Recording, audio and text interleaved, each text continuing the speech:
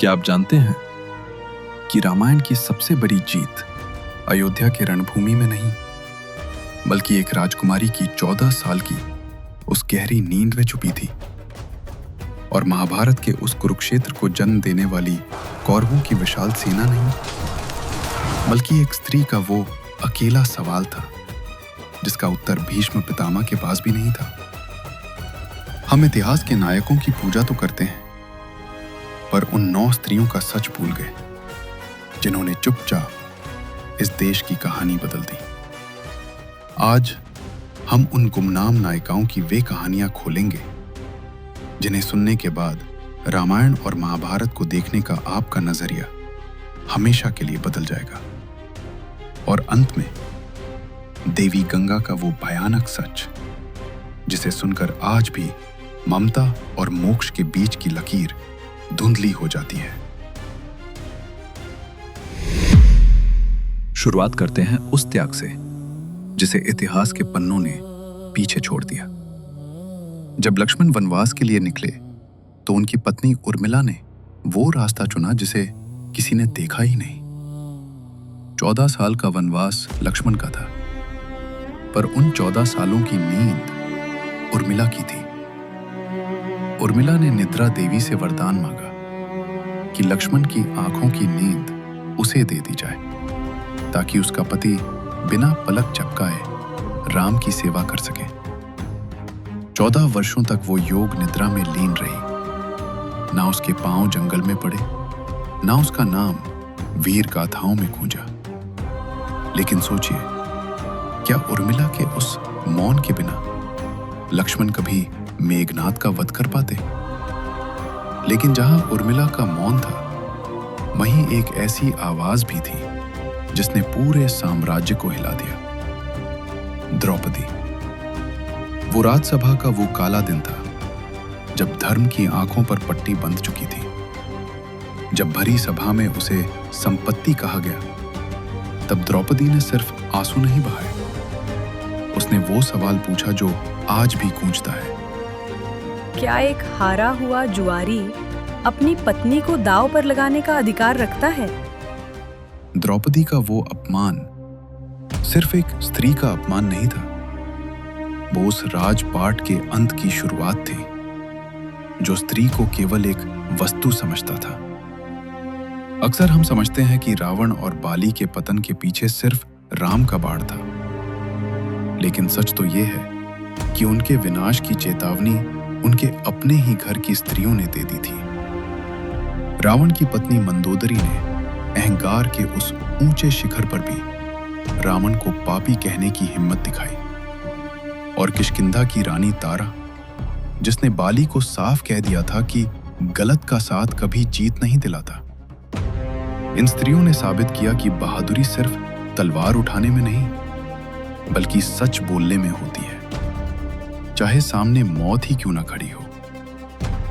इतिहास ने अक्सर स्त्रियों को पत्थर बनाकर छोड़ दिया, जैसे अहल्या, ऋषि गौतम की पत्नी, जो साधना में सबसे आगे थी, पर एक धोखे ने उनका सब कुछ छीन लिया।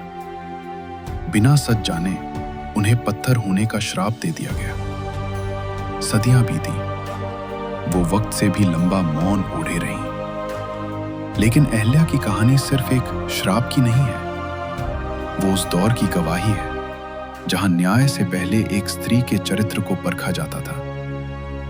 जब सबने उन्हें पापिनी कहा, तब राम के चरणों ने उनकी चेतना को जगाया। अहल्या की मुक्ति सिर्फ एक स्त्री का उद्धार नहीं था, बल्कि उस समाज की माफी थी जिसने न्याय से पहले एक स्त्री को जड़ बना दिया था।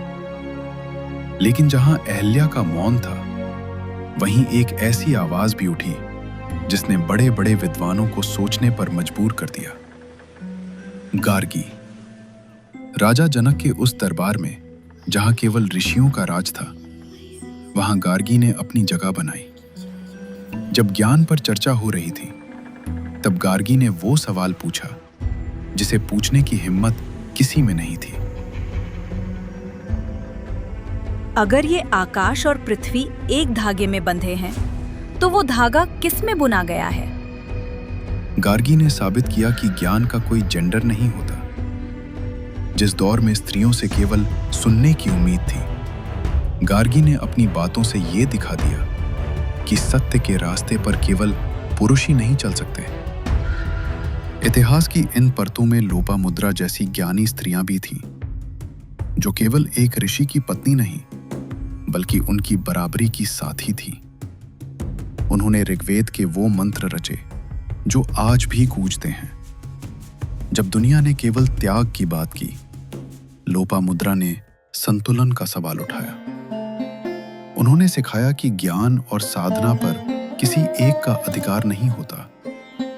वो केवल एक छाया नहीं, बल्कि खुद में एक जलती हुई मशाल थी। घने जंगलों के बीच, जहां समय भी तपस्या करता था, वहां राजकुमारी सुकन्या ने एक ऐसी भूल की जिसने च्यवन ऋषि की आंखों की रोशनी छीन ली।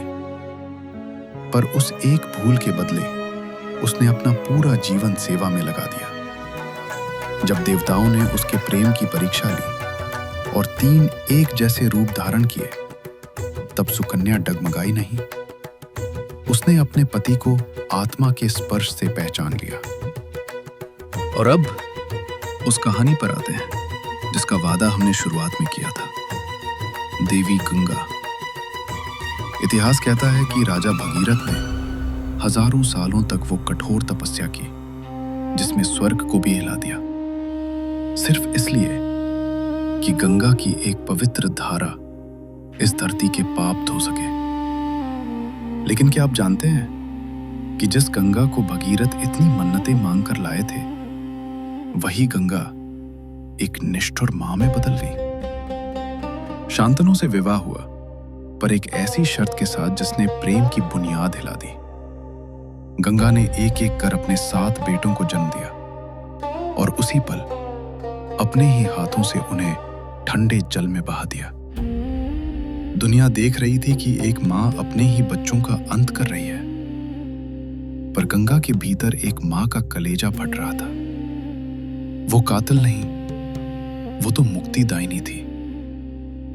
वे 7 बेटे असल में 7 वसु थे, जिन्हें इस धरती पर तड़पते हुए जीने का श्राप मिला था। गंगा उन्हें जन्म देकर तुरंत मोक्ष दे रही थी। जब 8वें बेटे को बहाने के लिए गंगा आगे बढ़ी, तब राजा शांतनु का धैर्य टूट गया।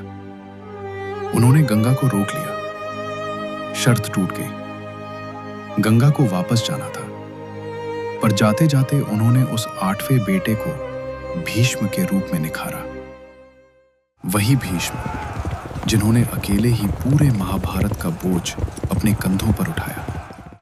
इन 9 स्त्रियों ने सिर्फ कहानियां नहीं रची, उन्होंने हमारी संस्कृति की नींव बनाई। इन्हें याद रखना सिर्फ एक जानकारी नहीं, बल्कि खुद को पहचानने की जरूरत है।